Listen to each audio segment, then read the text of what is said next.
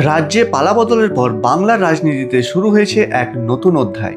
প্রথমবারের মতো জনগণের কাছে দেওয়া নির্বাচনী প্রতিশ্রুতির হিসাব এবার দেখানো হচ্ছে রিয়েল টাইমে।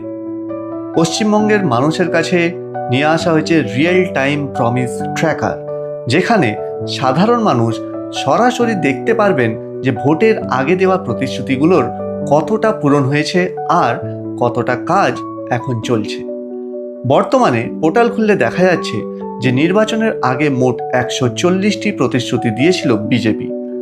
এর মধ্যে এখনো কোনো প্রতিশ্রুতি সম্পূর্ণ পূরণ না হলেও মাত্র 9 দিনের মধ্যেই 19টি প্রতিশ্রুতির কাজ শুরু হয়ে গিয়েছে।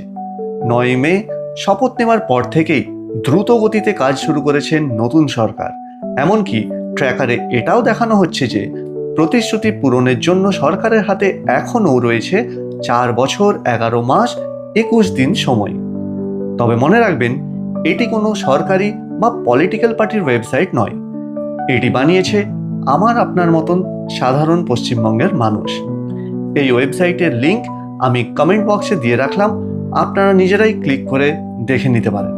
এই ভিডিওটা বেশি বেশি করে শেয়ার করুন, যাতে বাংলার প্রতিটা মানুষ জানতে পারেন যে সরকার জনগণকে যা যা প্রতিশ্রুতি দিয়েছিল সেই কাজ কতটা এগোলো। সচেতন নাগরিক হিসেবেই এই তথ্য সবার কাছে পৌঁছানো জরুরি।